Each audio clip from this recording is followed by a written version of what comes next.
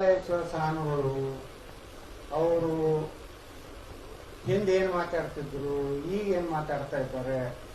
ಅವರೆಲ್ಲ ಪೇಮೆಂಟ್ ಮ್ಯಾಗ ಕೆಲಸ ಮಾಡ್ತಾರ. ಎಲ್ಲರಿಗೂ ಪೇಮೆಂಟ್ ಬಂದಿದೆ, ಅವ್ರು ನಿಂದಿರ್ತಾರೆ ಅಷ್ಟೇ. ಎಲ್ಲಿ ಬಂದಿದ್ದು ನೀವು ತೆಗಿಬೇಕು, ಸಂಶೋಧನೆ ಮಾಡಬೇಕು.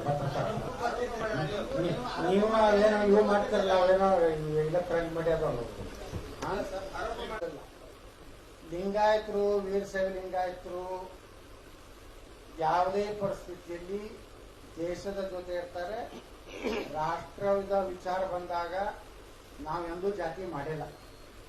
ಲಿಂಗಾಯತರು ರಾಮಕೃಷ್ಣ ಹೆಗಡೆ ಅವ್ರನ್ನೇ ನಮ್ಮ ನಾಯಕತ್ವ ಒಪ್ಕೊಂಡಂತ ಸಮುದಾಯ ಇದೆ.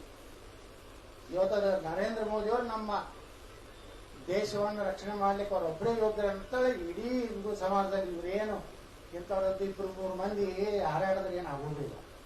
ಇದೆಲ್ಲ ಗುರ್ತದೆ. ಇಲ್ಲಿ ಯಾರ್ಯಾರು ಪೇಮೆಂಟ್ ತಗೊಂಡು ಎಲ್ಲೆಲ್ಲಿ ಹೋರಾಟ ಮಾಡ್ಯಾರ, ಎಲ್ಲಿ ಪ್ರತಿಭಟನೆ ಮಾಡ್ಯಾರ, ನಾನೆಲ್ಲ ಗುರ್ತದೆ. ಹಿಂದಕ್ಕೊಂದು ಹೇಳಿದ್ದೀನಿ.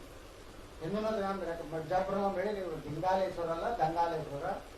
ಇವರಿಗೆ ಪೇಮೆಂಟ್ ಆದ ಕೂಡಲೇ ಪ್ರಾರಂಭ ಆಗ್ತದೆ. ಪೇಮೆಂಟ್ ಬಂದ್ ಆದ ಕೂಡ ಇವರು ಮೊದಲು ವಿನಯ್ ಕುಲಕರ್ಣಿ ಬಹಳಷ್ಟು ಬೈತಿದ್ರು. ಇವ್ರು ಬಹಳ ಒಳ್ಳೆ ಸಾಂಪ್ರದಾಯ ಹಾಕತ್ತಾರೆ. ಯಾರು ಪೇಮೆಂಟ್ ಆಗೈತಿ ಏನೋ ಎಲ್ಲ ಹೊರಗೆ ಬೀಳ್ತದೆ.